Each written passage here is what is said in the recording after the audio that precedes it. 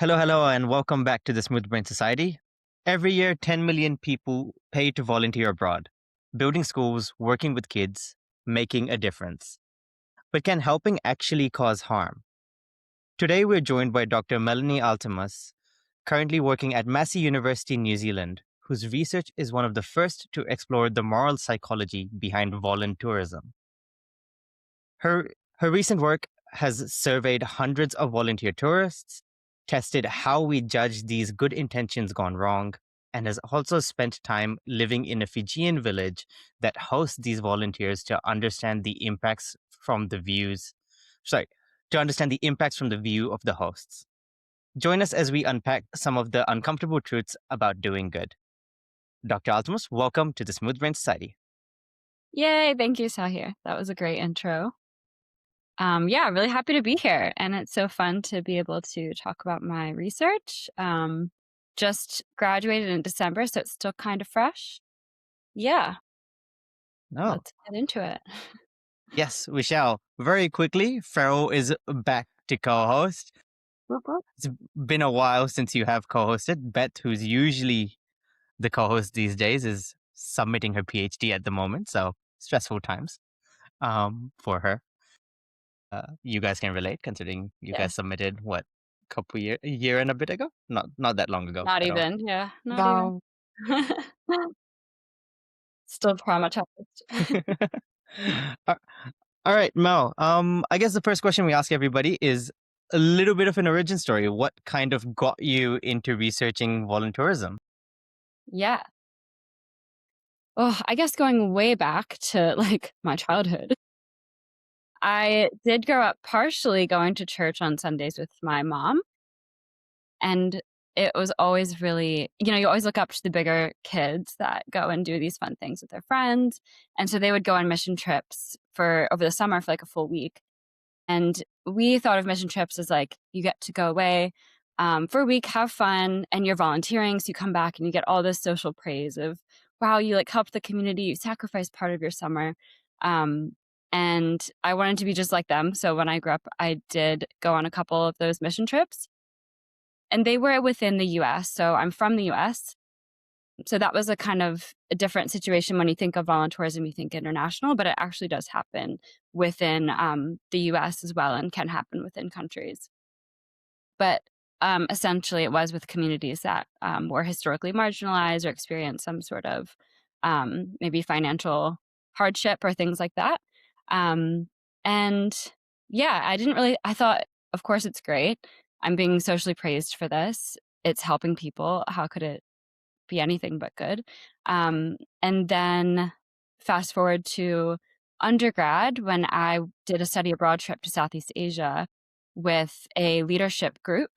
And we did do some volunteering there as part of the program. So it wasn't a volunteerism trip. Like we just volunteered for one day at an orphanage.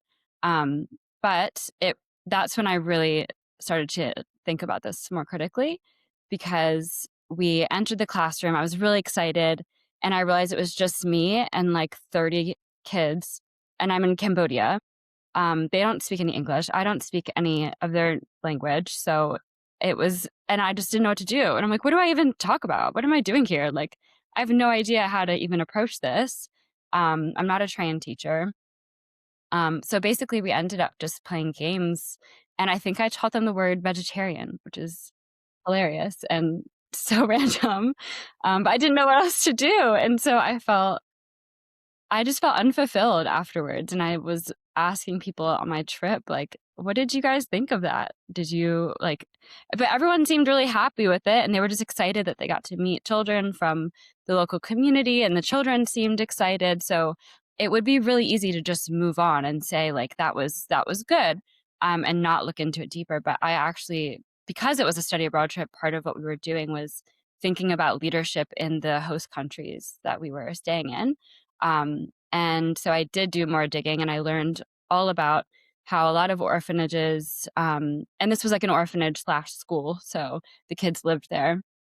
And I learned a lot about how a lot of orphanages actually bring in children from the foothills and they pay parents to take their kids from their homes and put them into orphanages to meet the demands of tourists that want to volunteer with children. So there's a whole business going on in Southeast Asia with children and wanting to interact with them, wanting to take pictures with them, wanting to feel good about their volunteer trips. Um, and then there's the other side of it. So there's this really kind of dark underbelly to this. And of course, that leads to exposure for children to people that could cause harm. It could lead to trafficking, all these darker consequences. And on the other side of it, even if that's not what's happening in the school that you're in, just the unskilled approach to this, it takes away time from them where they could have been learning something more, um, I don't know, helpful. Yeah, just kind of a waste of resources, really, um, in some ways. But that's my perspective, and I think there is value. What I learned from my research is there is value in just those exposure to other cultures and relationships. But it's really tricky to get right, I think. So anyway, this is a really long story for how we got here. But actually ended up going into clinical psychology after I graduated undergrad.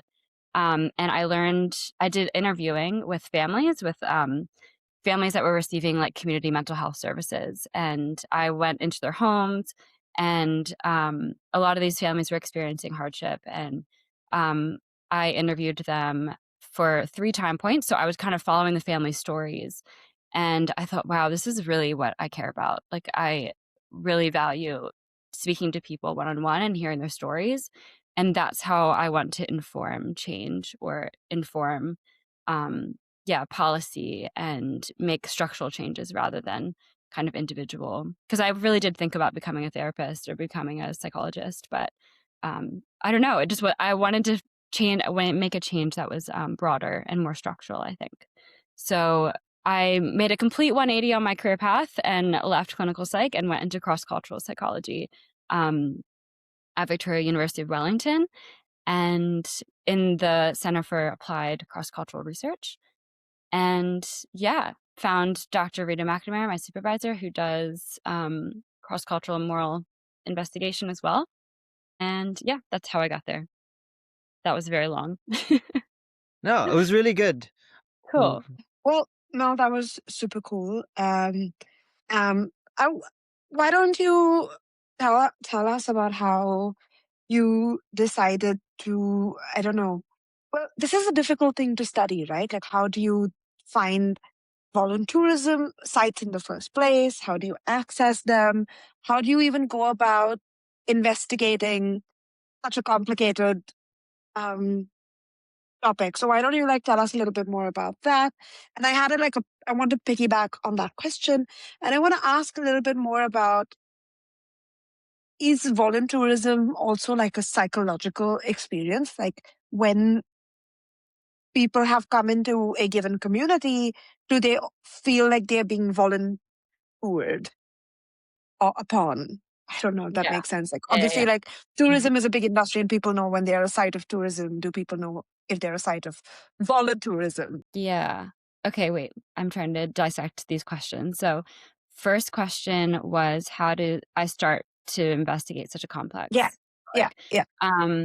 And that took me a really long time to figure out. So, literature review was extremely challenging because there is, I think, almost zero psychological research on volunteer tourism or on international um, development volunteering, whatever you want to call it.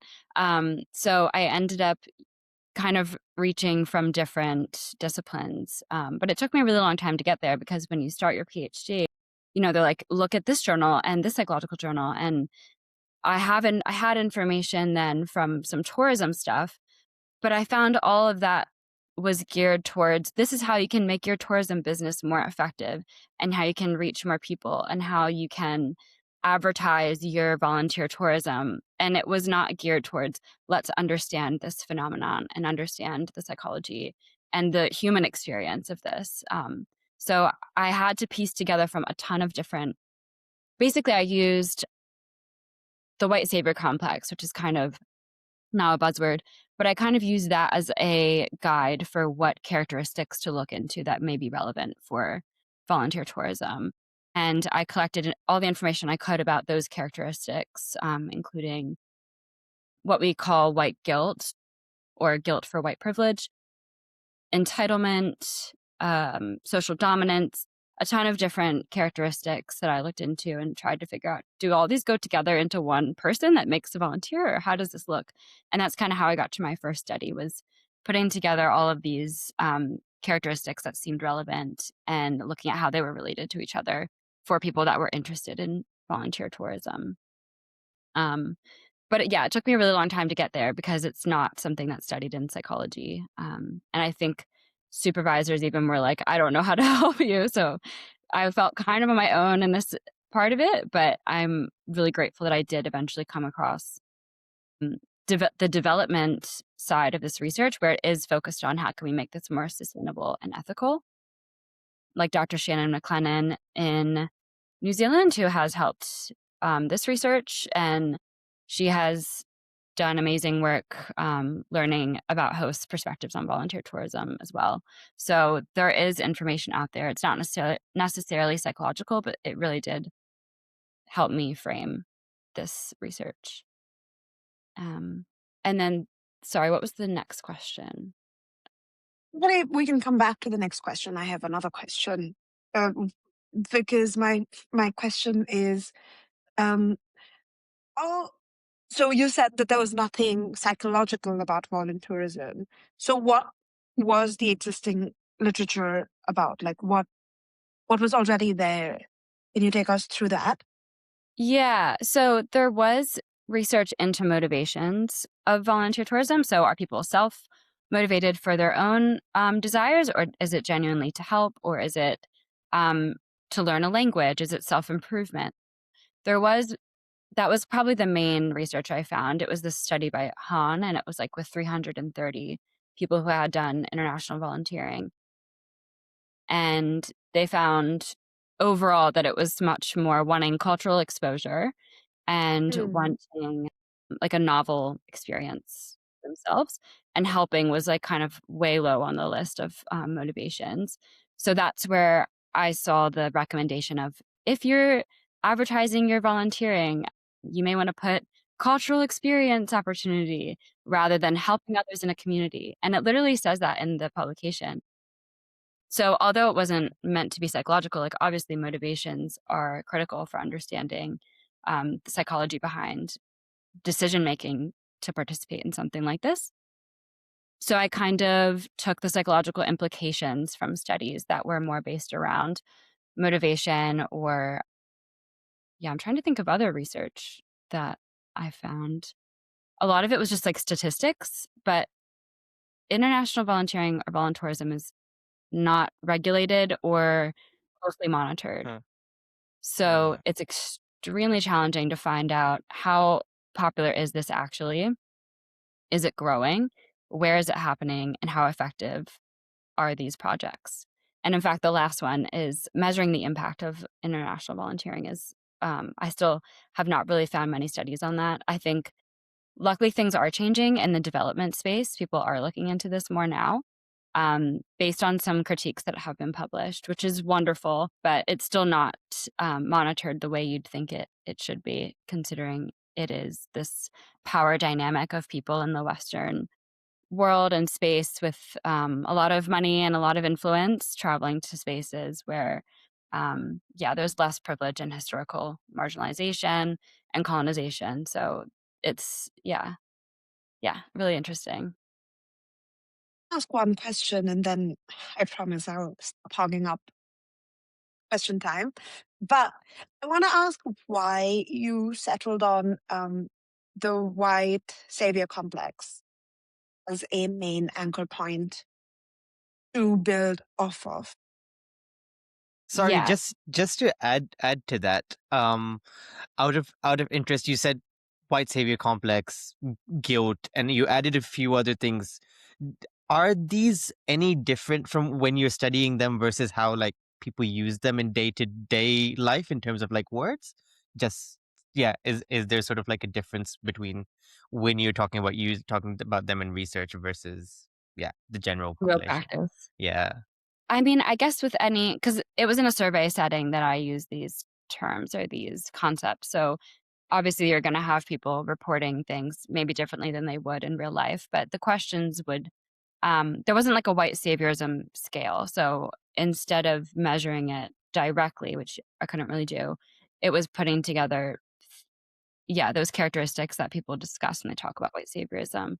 But white saviorism itself is a theory. It's not something that has been measured. Um, it's not, it's something that's discussed, and I think it's agreed upon that it exists, but we haven't nailed down what actually that feels like or looks like psychologically. So that's why I was really curious, and why I use white saviorism as the theoretical framework for exploring this. Because white saviorism, Teju Cole is the person who, I think he's a poet or writer, who tweeted about the white savior complex, and it got really popular. And he used voluntourism as like the quintessential example of white saviorism. So that's kind of why I chose this, because it did, and it, to me personally, it felt real. It felt like this is something that I experienced when I was there in Southeast Asia. It felt like we felt better about ourselves for helping, but did we even make an impact? It was a small little, maybe we gave someone a pencil. Like, we feel really good. Did it make an impact? Was there sustainable change? Or in fact, did it just progress or, yeah, kind of back up those feelings of power between the Western visitors and the indigenous hosts? Yeah, so I think that's why I chose the white savior complex, because I felt like it was something that I personally experienced, and it's something that's discussed in social justice literature, and also development literature. Sorry, does that answer your question? Yeah. No, I think my question just jumps off it quite Yeah. well, because you mentioned sort of the characteristics. So what sort of Yeah, yeah. characteristics, because there's no proper scale, but what sort of characteristics do you then associate with this idea of white savior complex? And then I've got Yeah. another one after that, but we'll go with Yeah. this No, first. this is a great question. And I actually did a specific regression analysis on those characteristics that I thought were most closely related to the white savior complex. And that was white guilt. So it actually is, for the scale, it was guilt for white privilege. So not, just a little bit different. And it was affective empathy. So feeling, and affective empathy is different than perspective taking or cognitive empathy, because it's when you experience someone else, or you see someone else experiencing emotions, you feel them the same way or similarly, and kind of can relate on not just a cognitive level, but also like physical and emotional level. And Teju Cole and other people that talk about white savior complex talk about it being this big emotional experience, and he calls it white tears, like crying for the experience of others without necessarily understanding or trying to understand why that experience happens, and the institutionalized racism and things like that, not going beyond that emotional experience. So I looked at, so now we have guilt for being, um, yeah, so white guilt, affective empathy, and self-oriented motivation. So that's um, the reasoning people reported for wanting to participate in volunteer tourism. So that could be wanting to further their CV or their language skills, or have a novel travel experience. So yeah, we were just interested to see how people with that actual volunteer tourism experience reported on those characteristics that seemed most aligned with the white savior complex.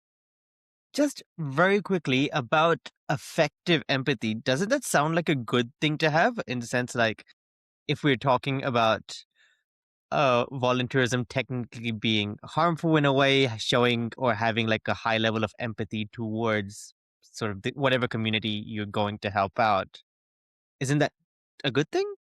Yeah, this is a really wonderful question. And I'm glad that there's discussion now on these different types of empathy, because they do serve different functions. So, um, affective empathy means that you can feel what other people are feeling, but you don't always have that cognitive empathy piece along with it. And that cognitive empathy piece is really important for understanding why people are going through what they're going through. And understanding why people are experiencing something is really what you need to be motivated to help someone and to know how to help them appropriately.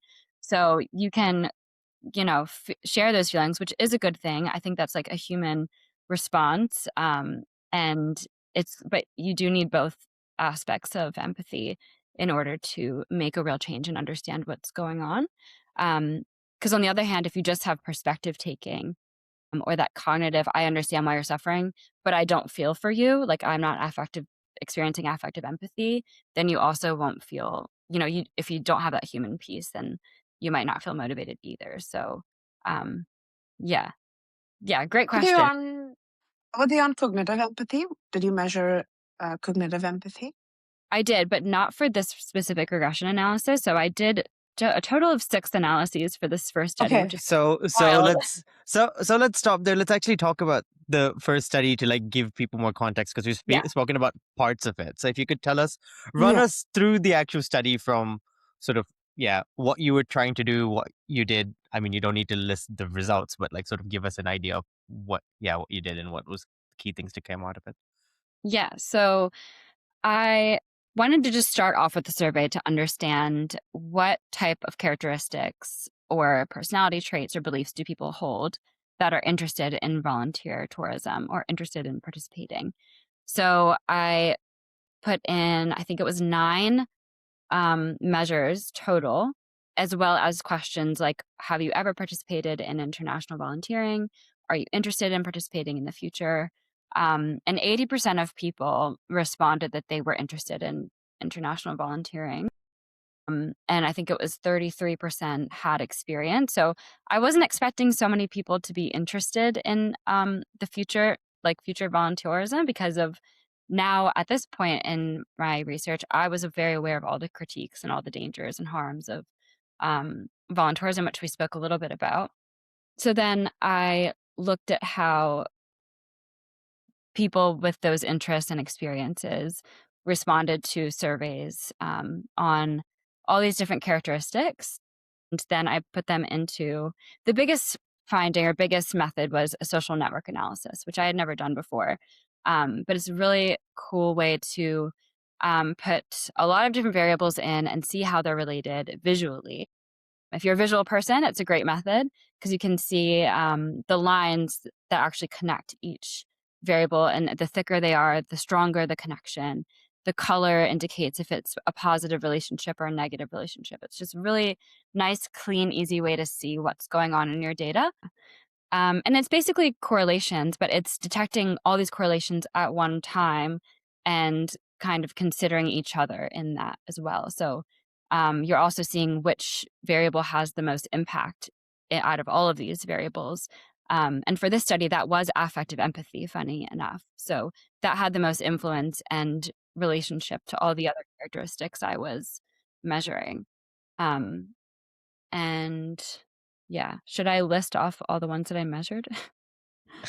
Maybe I don't know if you need to list all of them off, but sort of like maybe like the important ones. And so affective empathy relates to all of these ones, or Yeah. voluntourism relates to all of these ones. So everyone in this, so basically what I did is I combined the participants who had an interest and experience in volunteerism into one group. And originally I was going to separate people with volunteerism experience, people without, but it actually didn't really make sense if most people were interested in volunteerism anyway. So I ended up just combining those groups and looking at that group more in depth. And so the key findings from the network analysis, or key relationships that I thought were interesting, was that, so I measured right-wing authoritarianism and social dominant orientation, which are related, which we know they're slightly different, but they're typically positively correlated. But they were also positively correlated with this idea that there's a cost to confronting your privilege. So that variable kind of reaches at like, I'm fearful of discussing my race or my privilege because I might lose friends. So kind of that fear of social isolation, or detecting some sort of cost, basically, that you would receive if you were to really critically examine your own privileges. So that was very highly correlated with these power ideologies.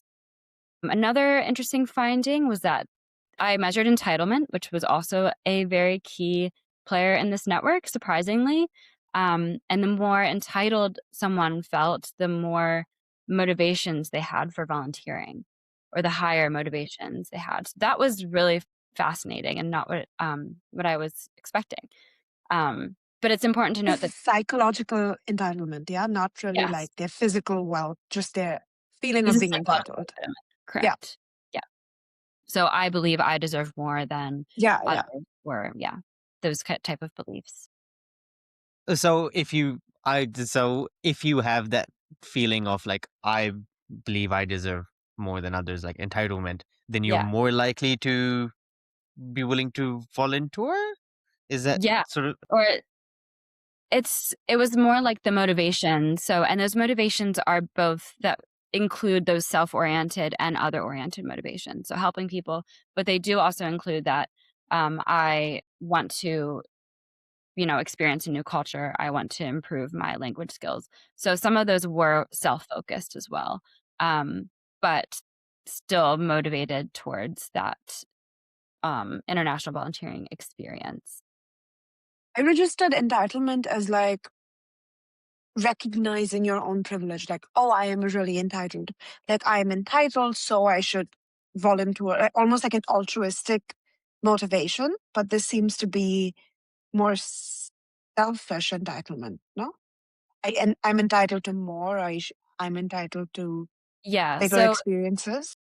yeah, so I use the psychological entitlement scale, which is more like I think I deserve more than others. I can't think of any other example, but yeah, it's not necessarily an I mean, and that depends on, and altruism is something I talk about a lot because it's something we associate with volunteering. But altruism implies that there's no direct benefit for the actor, the person that's doing the volunteering or pro-social behavior. But in international volunteering or volunteerism, there are direct benefits for the volunteer. So are we judging it like it's an altruistic behavior when technically it's not at all, because this is an exchange. People are having a vacation and they are, um, experiencing culture and benefiting a lot from this experience. But how are we judging that? So that's where I get to my second study. So we can talk about that more. But um, yeah, yeah, good question. so you indicated towards moving to your second study. I have one question about this one before we move on to that. Was there any sort of predictions which you had or things which you thought you would find at the start when you did the survey, which and those relationships didn't exist, or were the other way around, uh, or anything like that? Definitely. I thought that affective empathy would for sure be higher for those with volunteering experience, or those with international, with that actual tangible experience doing that. But it was the opposite. And I also found that the more one felt motivated to volunteer, the more they're willing to confront their privilege, but the less they are aware of their privilege. So that was pretty kind of surprising. It just wasn't something I was really thinking about, but it ended up being a more surprising finding because it felt like, yeah, I want to get out there and I want to make a difference, but I don't really understand it. And I don't really understand the systemic reasons for why I have this privilege, and I think that really can kind of reflect what we think about when we think about international development, coming in with people from another country being like, yeah, I want to help. I want to dig a well for you and get you fresh water. But they don't understand the land. They don't understand the dangers or harms if you do it incorrectly. So it's that motivation for wanting to do something, but not necessarily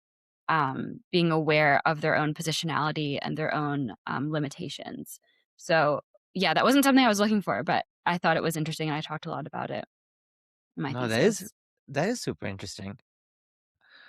So let's move on because I feel a lot of these questions will come back and link through your other study. So I wanted to talk about the second study now. So what did you do? How was the difference? So the first one was obviously a survey, kind of asking a lot of people and about their motivations essentially for volunteerism and ideas behind it. So yeah, let's go into the second study now. Sure. So the second study was more looking at not the people who actually do the volunteering, but people that may be their peers or people that would typically be in that space. So I asked students at Victoria University, and I know we don't really like to, it's not always a good idea to use students as a representative sample, but in this case, they are typically those that volunteer or they're the peers of people that volunteer. And I was interested to test their moral judgments on volunteer tourism because we hear about it in the news about things going wrong in volunteer tourism, and we're aware of these critiques from development researchers that it's not maybe not all it's cracked up to be. So I was really curious, what do young people think of this? How do they judge it? And do they care about the outcome of the project? Do they care if it's successful or a failure? Will they judge it differently for that? And do they care if the person comes in with that savior mindset or that deficit mindset versus thinking like an asset mindset and just being a team player? Like, does the mindset matter and does the outcome matter for people's moral judgment for this type of behavior? So that's why I set up a vignette. And that's basically storytelling or stories. And you manipulate different parts of that story to see which variables people do care about when they pass judgment. So for this, I had a protagonist, and it was always a Canadian male because because I wanted to replicate the study in Fiji, and having someone who's a male just made sense. Like, I had to pick one or the other, and then Canadian because it's a little bit more neutral than the US and not as close to home as New Zealand. So there's all these reasons we pick out our protagonist, right? But it was a Canadian man, and he either had an asset mindset towards the community or a deficit. So he was either thinking, this is really cool that that people in Fiji need clean water and they're making a difference on their own. I want to help with the initiative that's already happening there. And then the deficit mindset is more, I feel sorry for this community. They don't have clean water. That's terrible. I'm going to help.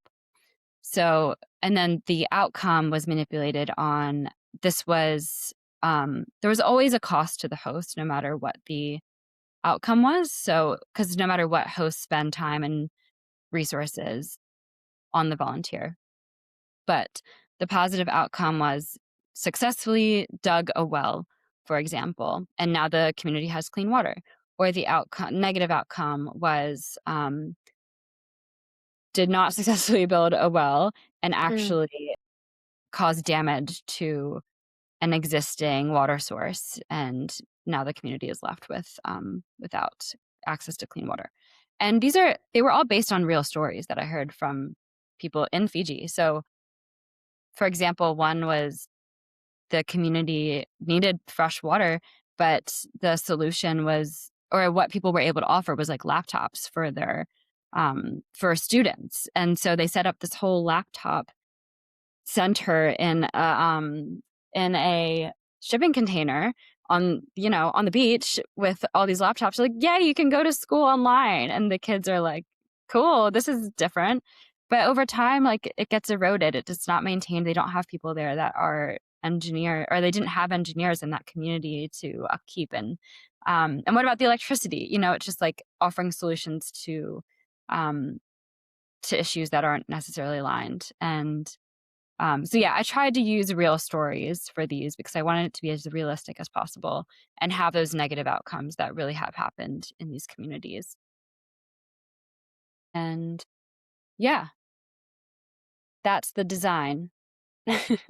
How many vignettes did you show them? How did vignettes did per participant see? And did you randomize it? Did they see some asset mindset, some deficit mindset? Or Yes. So all participants saw 4 of these stories. So each person saw each of the conditions that they could have. So asset mindset, positive outcome; asset mindset, negative outcome; deficit mindset, positive outcome. So, but they didn't see them, and that was what is that called when they're randomly displayed to the participants. So there was no order bias. It's Um, randomized. yeah, and yeah, so everyone saw or read one story, answered judgment questions. So those judgment questions were on blame or praise for the protagonist, and then their judgment towards the behavior. So is this right or wrong? So the blame or praise kind of gets at that implication of responsibility for the protagonist, and tends to be more reactionary, like it's your fault, or oh, you did a great job. But the right or wrong judgment on the behavior kind of gets at those social norms or those conventional norms of, is this the type of behavior that we approve in our society, which does vary across cultures. And we have seen that in Fiji and New Zealand and the US. Awesome. So then, like, What was the dependent variable? Oh, sorry. no, I was asking that question exactly, so you can ask it. I was just asking, what was the dependent variable? Like, did they say how much they agreed with the outcome, or like Yeah. what was the subsequent question? And then what did you find? Obviously, like, this sounds really interesting. Yeah. Yeah, sorry, that's what I was trying to say. So they responded to questions on how blameworthy was the participant, or how praiseworthy was the participant, and do you think how right or wrong is this person's actions? So those are the two main outcome variables: the blame and praise, and the right and wrong, which are pretty typical in moral judgment research. The one thing about the study that was kind of novel was how I manipulated the mindset of the protagonist. I have not seen anyone manipulating deficit versus asset mindset. Typically, it's intention to do good or do bad. But I felt like for this, it made more sense to kind of get more at that that kind of savory headspace of asset or deficit mindset. And yeah, the results were kind of what you would imagine. So they judged more positively for asset mindset and for successful outcomes, and more negatively overall for deficit mindset and negative outcomes. But there were some interesting nuances there. So let me just check my notes. So yeah, overall more acceptability for successful projects and those with an asset mindset, but there was this asymmetry in judgment. So voluntourists, so the protagonist, received a disproportionate recognition for the successes versus the responsibility for the negative consequences, which the responsibility was diffused for those when things didn't turn out good for the community. There's also no significant difference in acceptability of the behavior between the two successful outcomes. So that means that mindset didn't play a role in judgment when the project went as planned. So when the project was successful, it didn't matter to people if they had a asset or deficit mindset towards the community, which was really, I think, an important finding, because it shows that we're maybe not taking that into account as that white saviorism headspace, and we're saying it doesn't matter as long as it's a successful outcome. Then you can think what you want about the community. I don't know. I hope that's not how people feel, and this isn't necessarily reality, but yeah, I think it helped explain why that might be, and I found that valuable. I mean, to an extent, it's like the ends justify the means sort of thing, right? Like, And who cares what you cared as long as you did it, as long as you helped some people? Because we're looking at it from the view of people whose friends went to volunteering, right? So yeah. why do I care why he went? Like, he did something good for people, kind of thing. Yeah. And that's the thing, is I really wasn't looking at why. It was more like, how is your friend perceiving the community? Is he seeing them as helpless and needing the help of a white outsider? Or is it he went because he believes in something that they're already working on? He wants to be part of something bigger than himself. So I really tried to get at that, but I think, like I said, this was a novel manipulated variable. So not sure if, this is a thesis, not sure if I did it perfectly. Learned a lot from the process, and I think I would do things differently next time, as we probably all would, but yeah. I mean, I guess that's the thing about novel research. Like we were talking about, you didn't have much to go on to begin with, so that's, I guess, the whole point of it. Um, Yeah. but you spoke about the sort of like the The whole negative point. outcomes when outcomes didn't go their way. What was the blame diffusion like? Like, what were they doing? Just being like, oh, it's the company's fault, it's someone else's fault, or how do you measure that? What was going on? So to measure the blame and praise, it was all on one scale. So it was like blame would be -3, praise +3.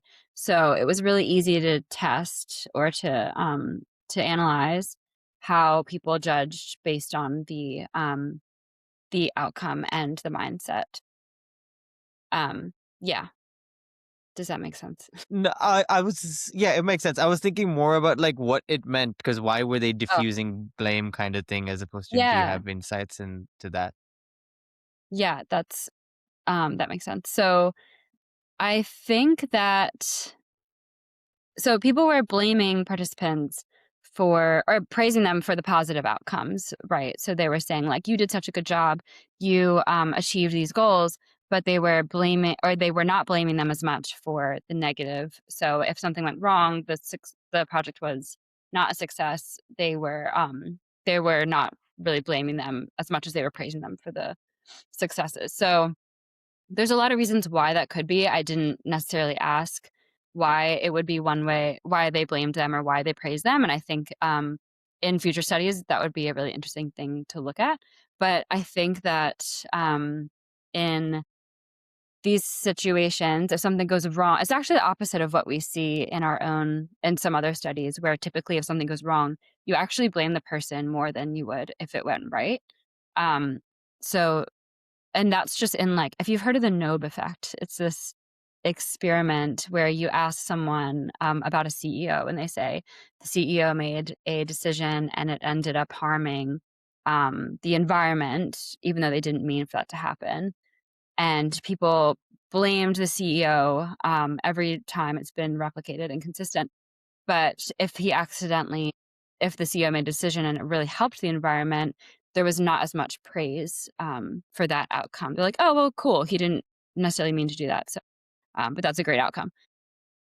But this was the opposite. So I think that speaks a lot to maybe this cross-cultural outcome and why it's not in like a CEO or in a business setting. This is in um, typically a community where a lot of things don't go the way you want it to go or don't go as planned, or we always hear these negative stories. So it seems like maybe it's not surprising that it didn't work out, or they're not part of the in-group there in the community. So maybe it's not their responsibility in the first place for them to make a positive change. So that could be diffusing the blame.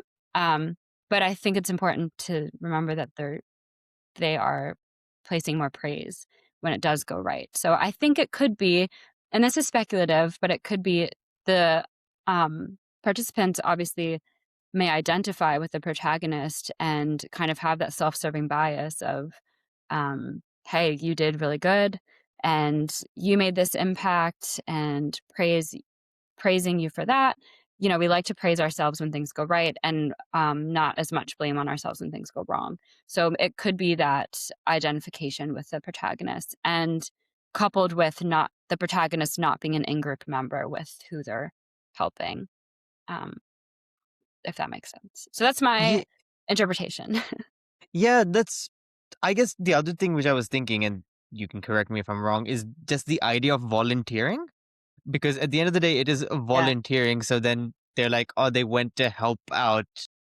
If it went wrong, it went wrong. They don't really have much of a role. Versus a CEO, you have like the power of the company, and you could have done like intended harm or intended good. You had all the data information to make your decision, and right. that might also play a role. Do you think, or am I just Well, no, projecting? I do think you're onto something, because when we think about when people judge altruistic acts, if the actor receives any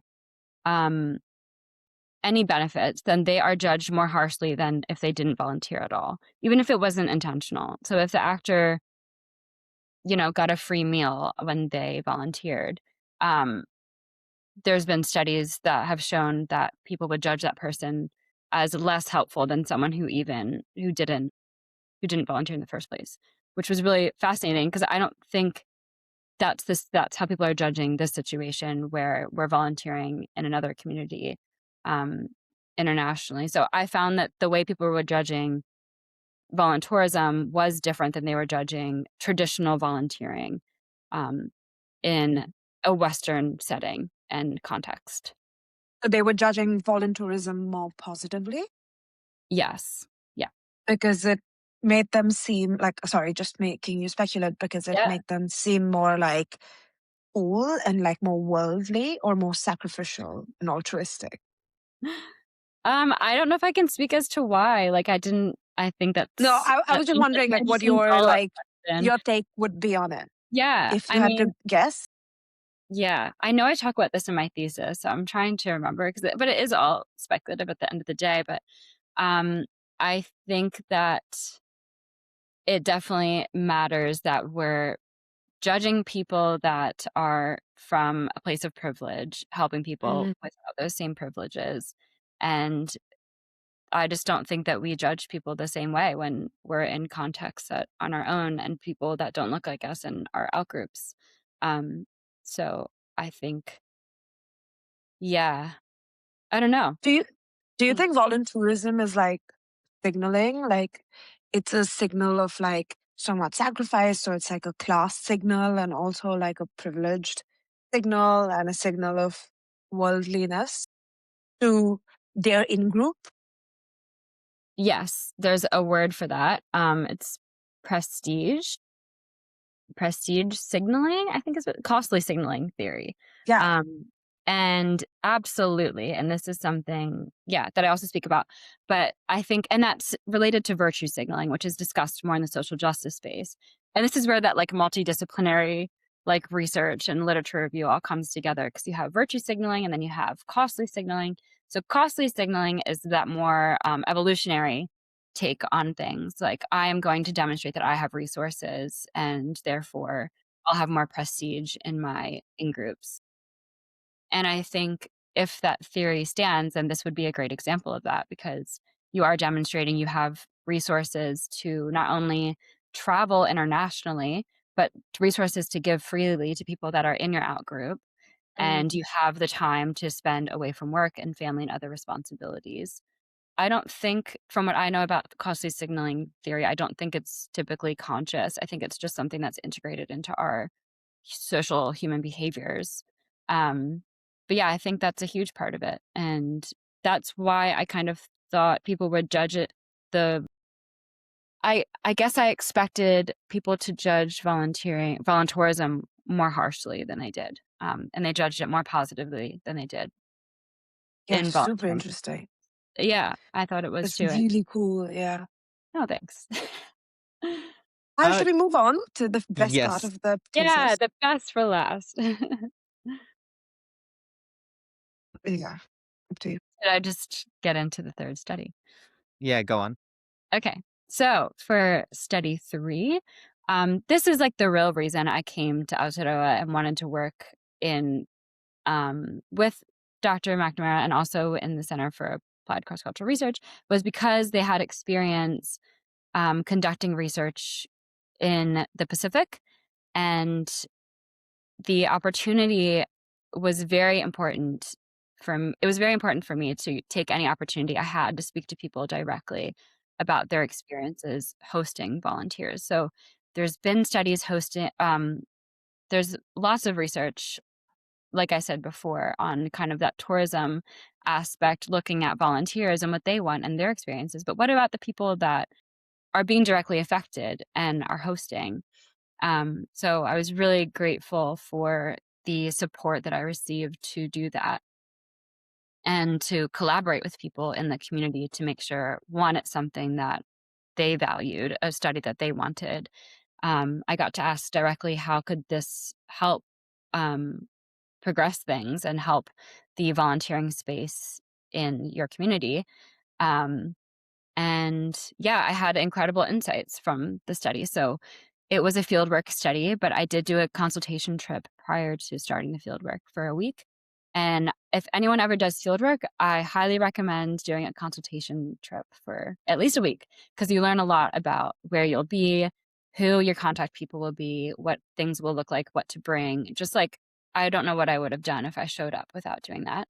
Um, and as an outsider, my positionality was extremely important to keep in mind, and something that I reflected on throughout the entire process, like in the design phase, in the grant proposal phase. Like, it's something that I really had to be mindful of and take great care in how I approached this study. And I'm so grateful that I was connected to someone in the community that really believed in this project as well and wanted to work with me to make this happen.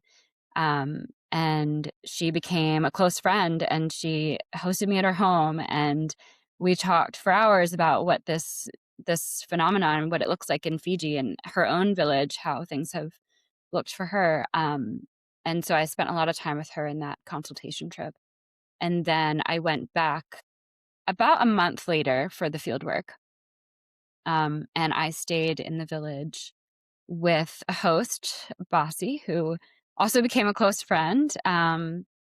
And yeah, I stayed there for a month, and I went around and met the community, and whoever invited me in their home, I asked if they would be open to having a talanoa.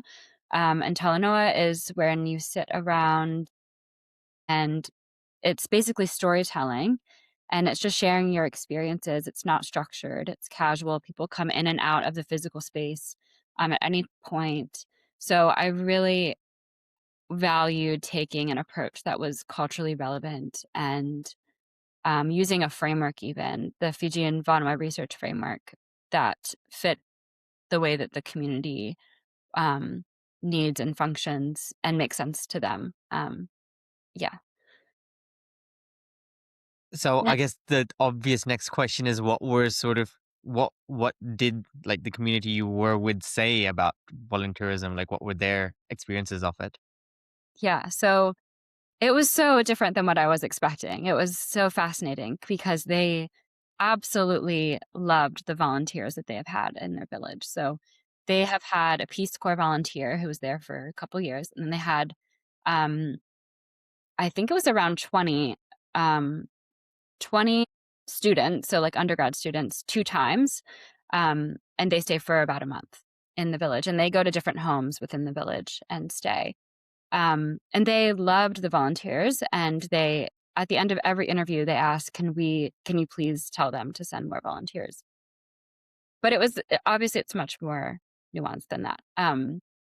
But that was the biggest surprising finding, was actually requesting more volunteers. And the approval was not just what I learned verbally, but what I observed. So there were kids in the village that I met, that one was named Anna Claire, and they were telling me their names, and namesake and names are a huge part of, from what I understand, a huge part of the culture, and it's a real honor to receive someone's name in your family or someone important to you.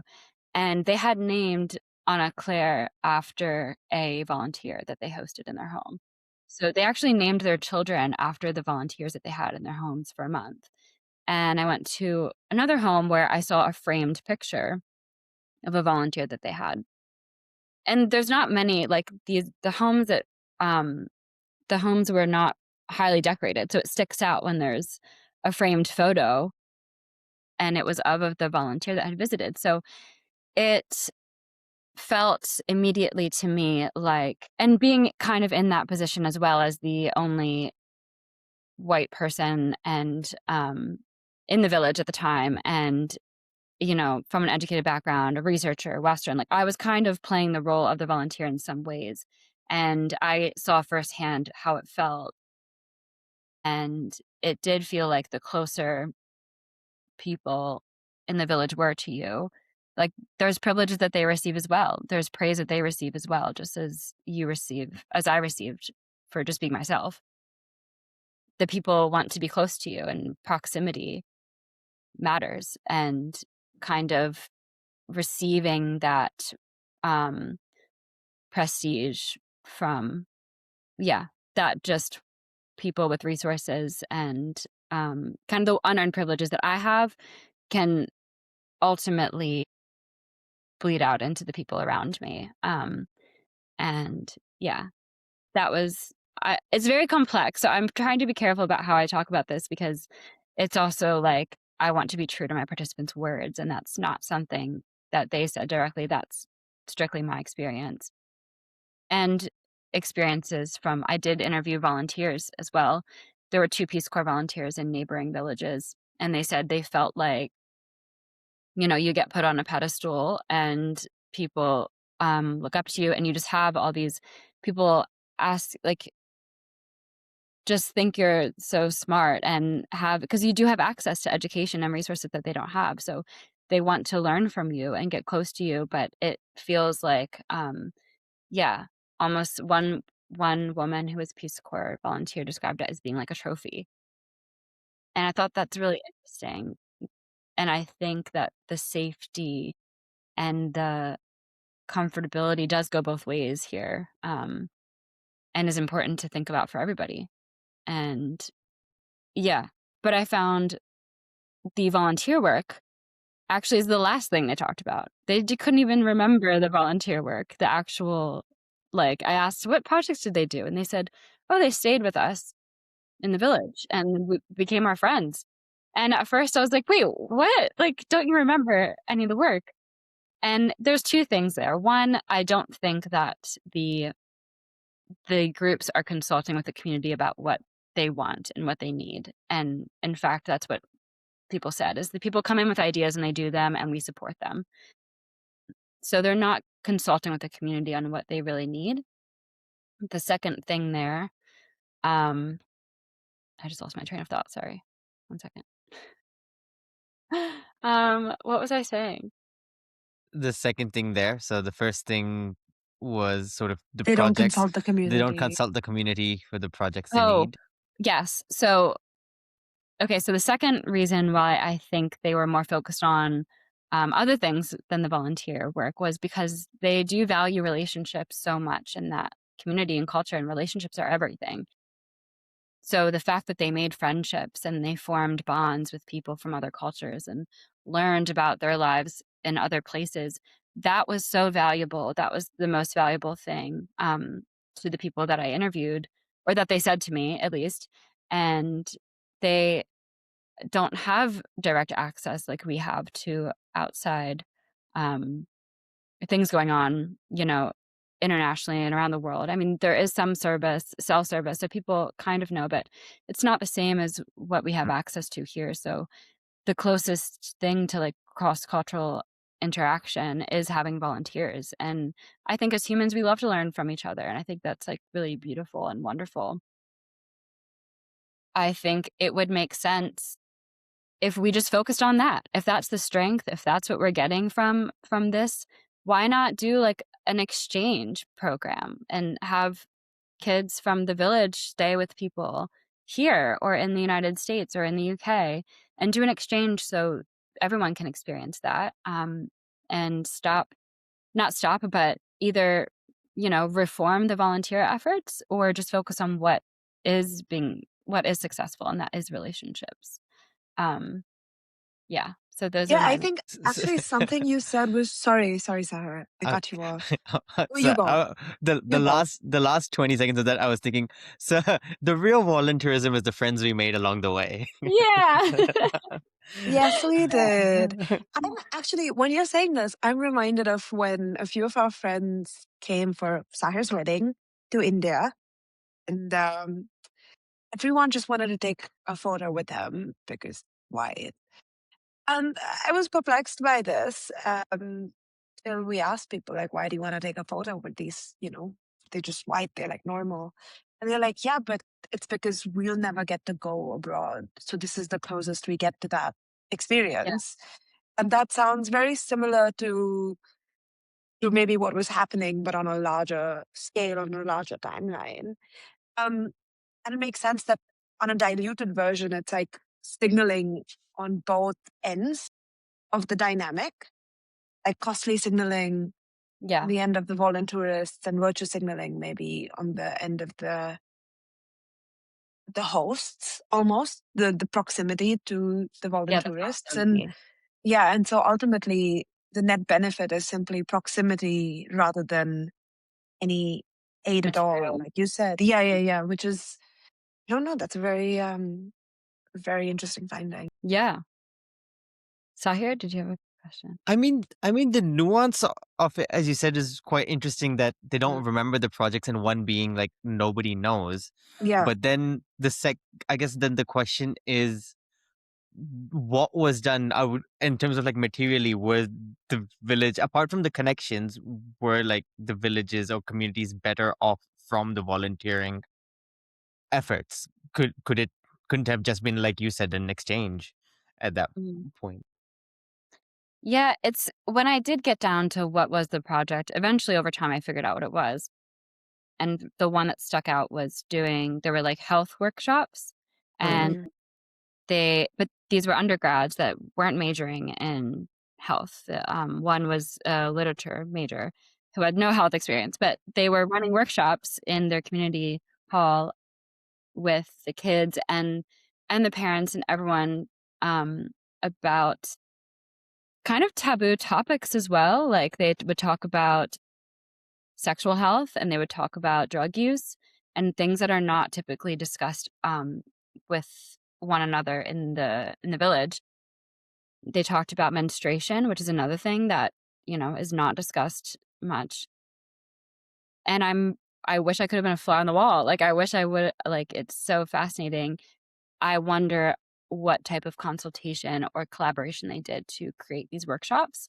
Were they created in the UK and simply transplanted right into the village Mm. in Fiji? Or was there a collaboration and co-creation of this workshop?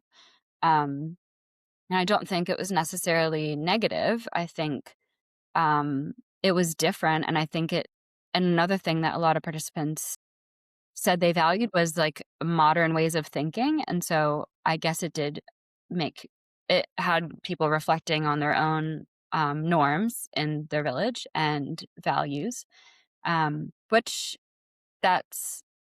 I find it really difficult to say, are they better off for it or not? It's like, are we better off for people coming into communities and changing values and norms? It depends who you're asking and what those values are. I had a very deep, interesting conversation about colonization and religion in Fiji with my aunt, who is religious and does believe in mission trips and things like this. And I was curious, like, what she thought. Like, do you think it's a good thing to come into a community and spread Christianity when there's already an existing religion and there's already an existing system? And I think in people's perspectives that are truly devout, they believe, yes, it's a good thing, they'll be saved. And that is what my participants said as well. They said, without like the Christian white missionaries, we wouldn't be saved. And that was a deeper finding than I was ready for. I think it was like, without these white Westerners, then these Christian missionaries, we would be lost and we would be just like our ancestors and kind of speaking negatively about their ancestors, which, I mean, and you have to put it in context. They're talking to me as a white researcher. So we can't we have to put it and take everything with a grain of salt.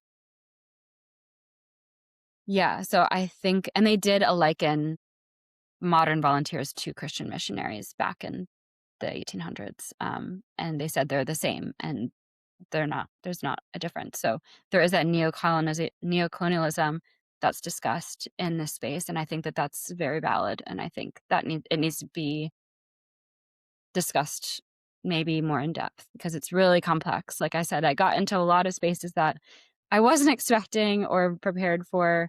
I mean, I did a lot of research on colonization and decolonization and neocolonization, but to actually have these conversations with real people being affected is another level of insight.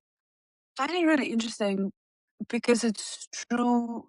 I don't know, Sarah, if you agree, you know, being someone who does not come from like a white country, you Yeah. know, we we do have something called like a colonial hangover where we do Mm. prioritize colonial norms quite a bit Yeah. for many reasons, but one of them is they contain a lot of codes to traditional success.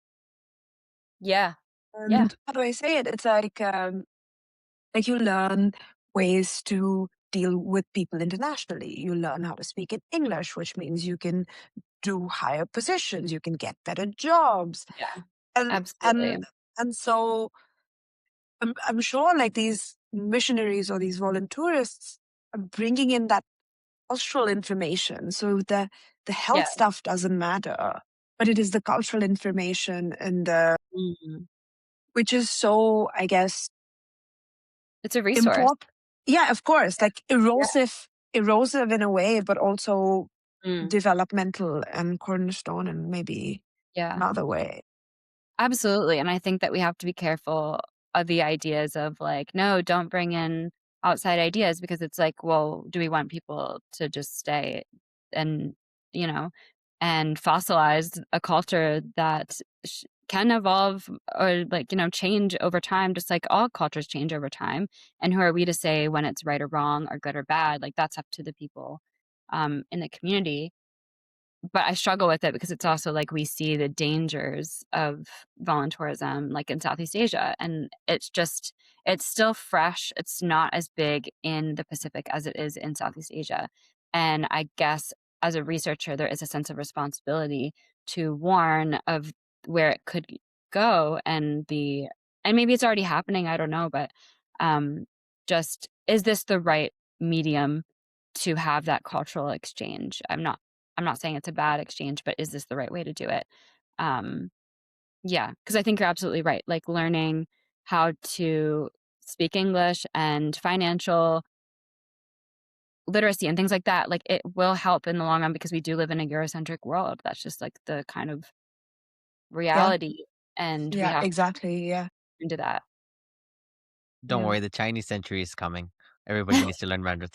Oh, No, another thing.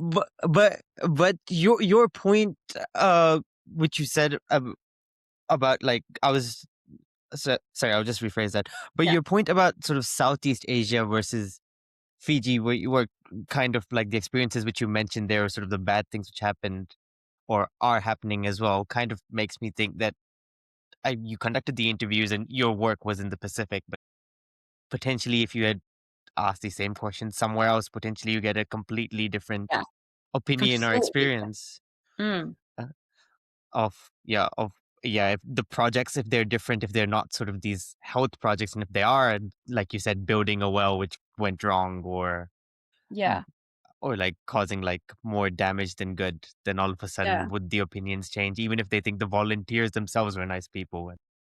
mm, Well, it's funny you say that because that actually did happen in Fiji, and it was right before I got there. There was a group there that said they would dig a well. This isn't in the village I was in, but I was speaking to someone in the provincial office. Um, and like I said, a big issue in Fiji is access to clean water. mm, And so they had a group come in and say, "We're going to dig a well."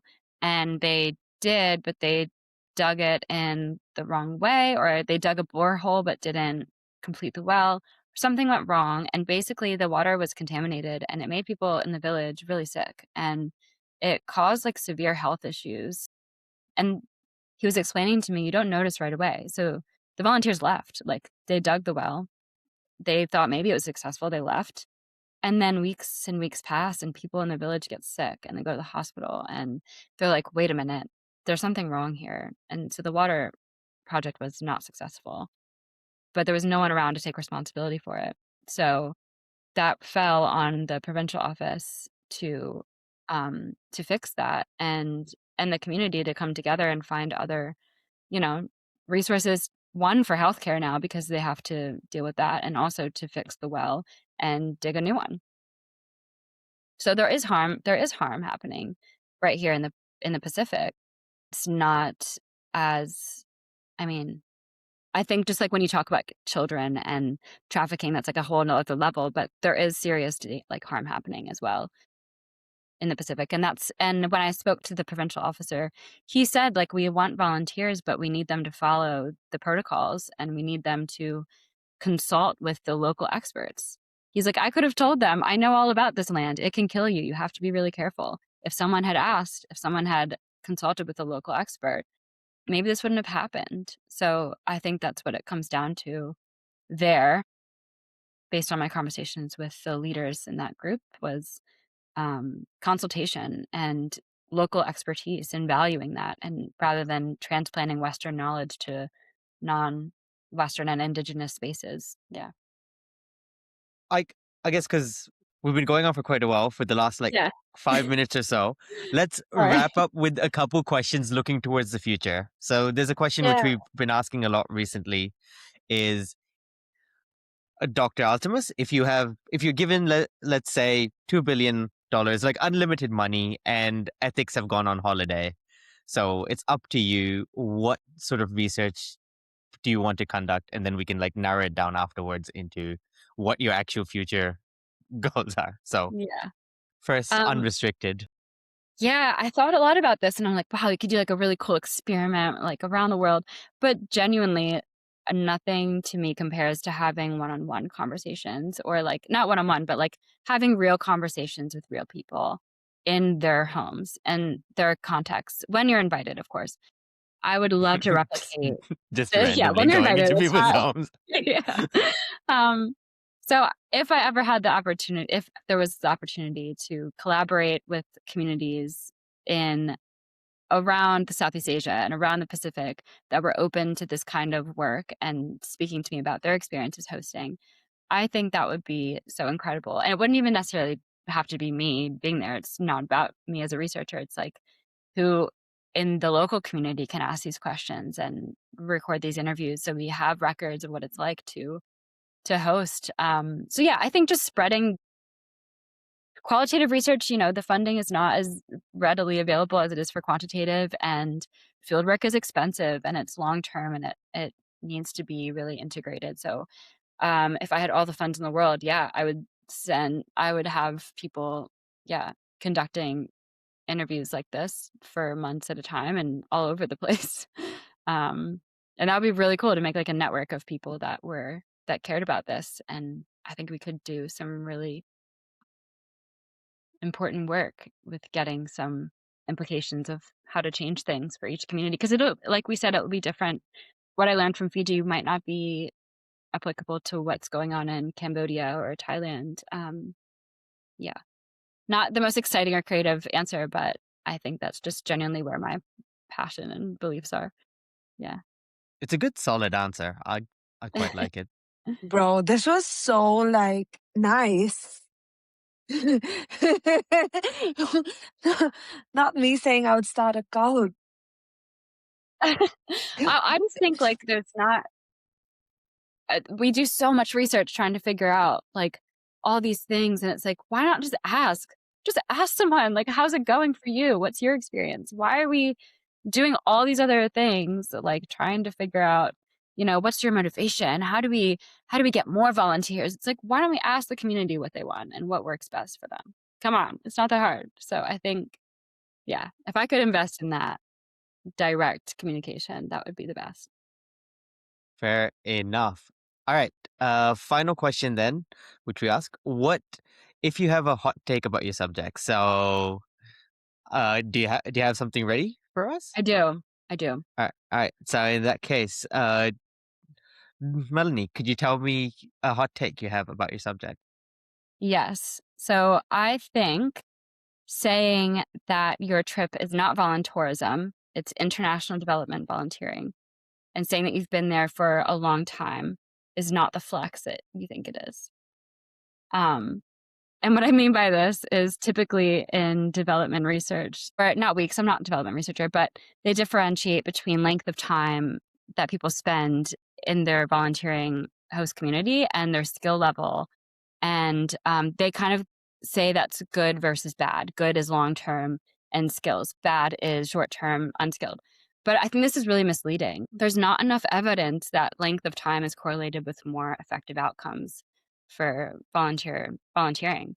It makes sense logically, but there's actually evidence that suggests the opposite. That the longer you spend, the more responsibilities people expect you to take on, and the less people can rise to those responsibilities. And even in the village I was in, they were more critical of the Peace Corps volunteer than they were of the short-term, unskilled volunteers. And also labeling volunteers as skilled is very abstract and comes from a Western idea of what skills are.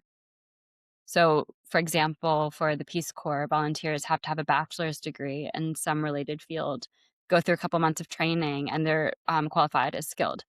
But like I said, this is a more Western approach because skills, according to some communities, may be being familiar with the land, like the provincial officers spoke to me about.